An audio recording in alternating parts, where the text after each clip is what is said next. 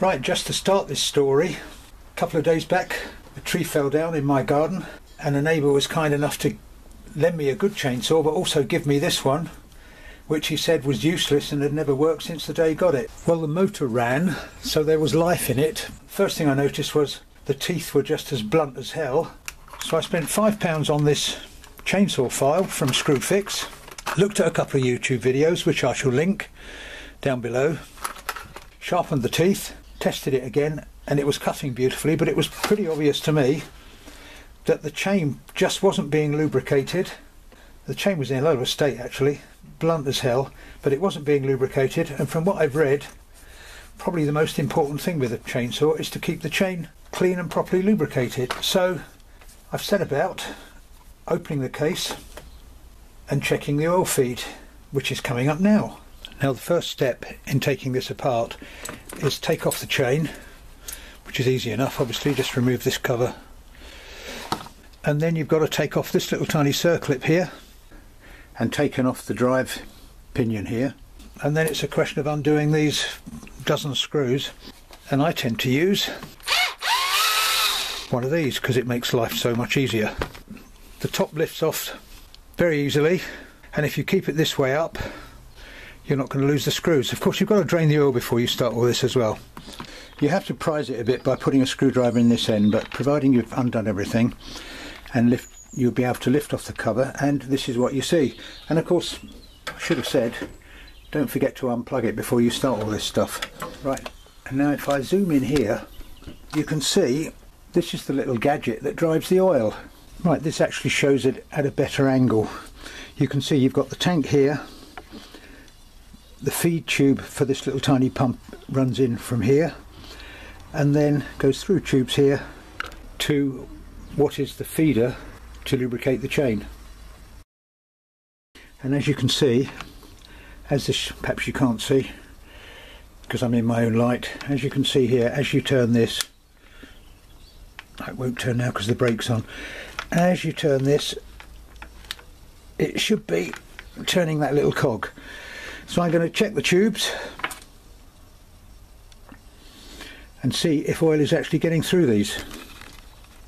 As you can see, I pulled off this tube here, and just by blowing in it I can see that oil is really struggling to get through this tube. Now someone's either put too heavy a grade of oil in, which is actually stopping it flowing, or it's got a blockage. So that's going to be the next thing I investigate. Well, blowing through that wasn't easy, but there's no blockage in it anyway. The oil did pop out. It was quite slow.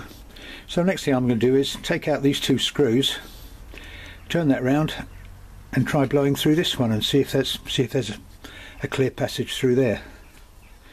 So there's one, and there's two. You'll notice there's a little spring here which is designed to just keep that on with some tension on the drive there. I don't know, maybe this string's not properly installed and not actually working effectively, so I shall check that too. And it's cold in my garage and I'm having trouble with these. It's obviously important to see that this spring is actually installed the right way and doing the job. Well, easy enough now. I can just pull this off and see whether that's actually rotating and doing the job.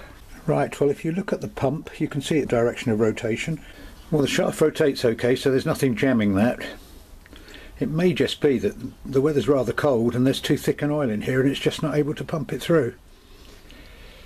Well, I pulled off the feed from the pump and this is actually quite gummed up. So I think I'll actually put a bit of duck oil or some very light oil through there to clear that out. Change the oil. Try and get some really light oil through this inlet, and I think hopefully that'll cure it, because if not, I don't know if this is a replaceable part, but if not, I can see it pumping. I don't know if you can see that. Yeah, that pump is actually pumping. So I think it might just be a question of too thick oil in this. Well, this could be the way to go because it's got a convenient nozzle. Put that into here, give it a squirt.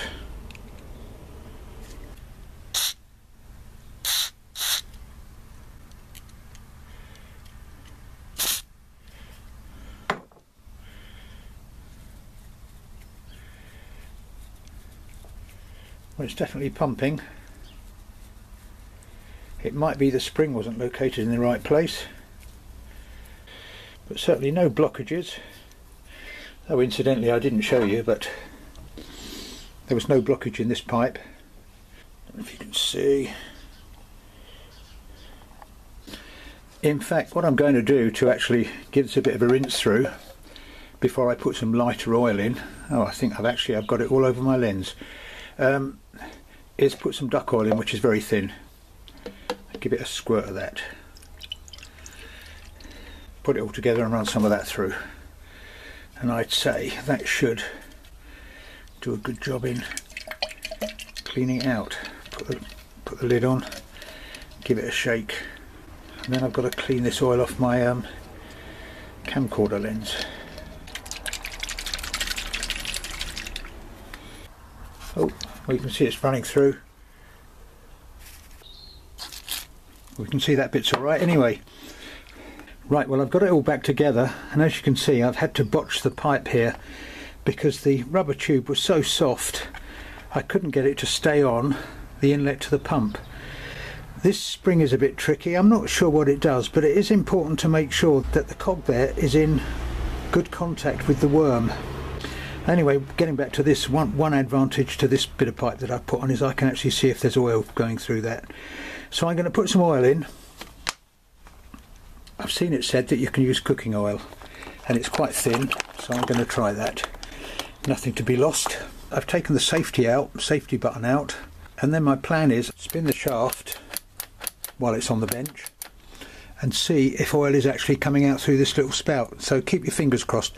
Now, I don't recommend this. There aren't really live things to touch here, but it is going to vibrate a bit and jump around, so I wouldn't recommend that necessarily. So hold it firmly. I'm going to give it a try and see if this is actually pumping.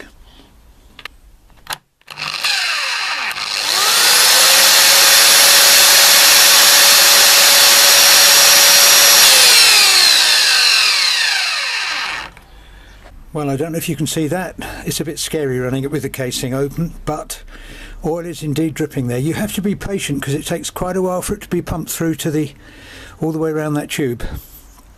But it appears to be working. Now all I have to do is very carefully put the case back together. And don't forget to put the safety back in before you reassemble. I've done that before with things, and it's a real pain because there are 1, 2, 3, 4, 5, 6, 7, 8, 9, 10, 11, 12 screws around this, I think. That's a real pain. It kind of makes sense to do a couple of screws around the edges just to get the case closed before finalising with a power tool. That's all hooked together quite nicely.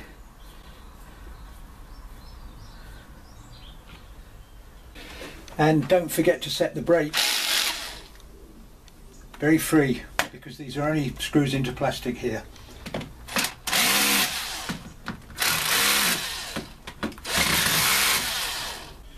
And just the final test to see if oil is coming out through the lubricating port, which it is.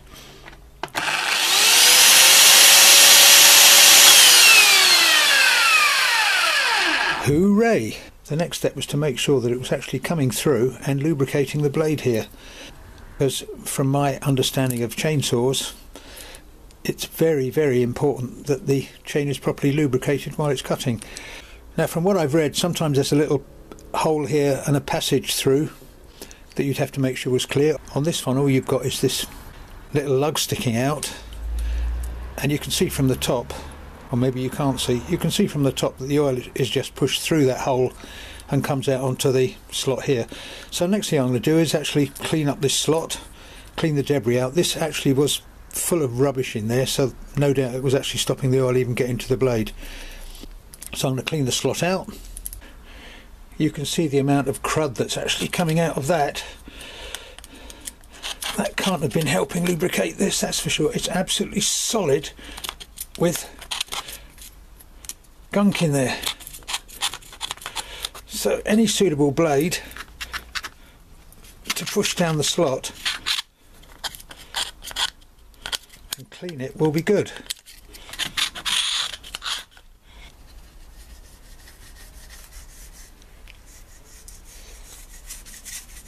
And like I say, the important thing here is this little lug here, because the oil is actually being pushed into that and comes out here into the groove. So I better make doubly sure that that's actually clean.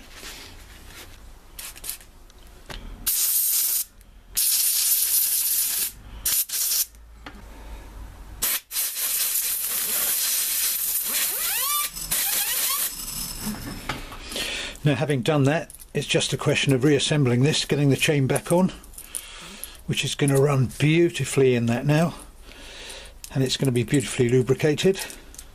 Make sure you get it on the right way so that these teeth are cutting this way and these teeth are cutting towards you as you're cutting, like so.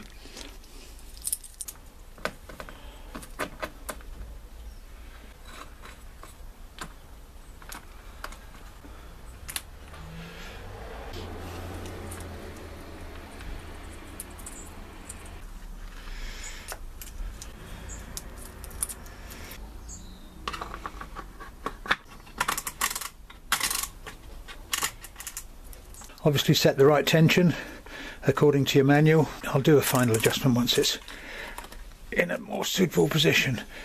But that's back on. And I'm pleased to say now, running it, I can actually see oil down here that's lubricating the chain. So I'd say that's a success.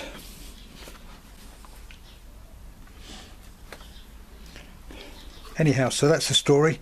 I'm by no means the expert on chainsaws, so do take other advice as well. But the way I see it is, you've got nothing to lose if something is in a really bad state in having a go and trying to sort it out. So take care, make sure you unplug it and all that kind of stuff. Watch the blade, and good luck. I hope you found it useful. There's plenty of other stuff on my channel if you're bored one wet afternoon, so please check it out, and thanks for watching.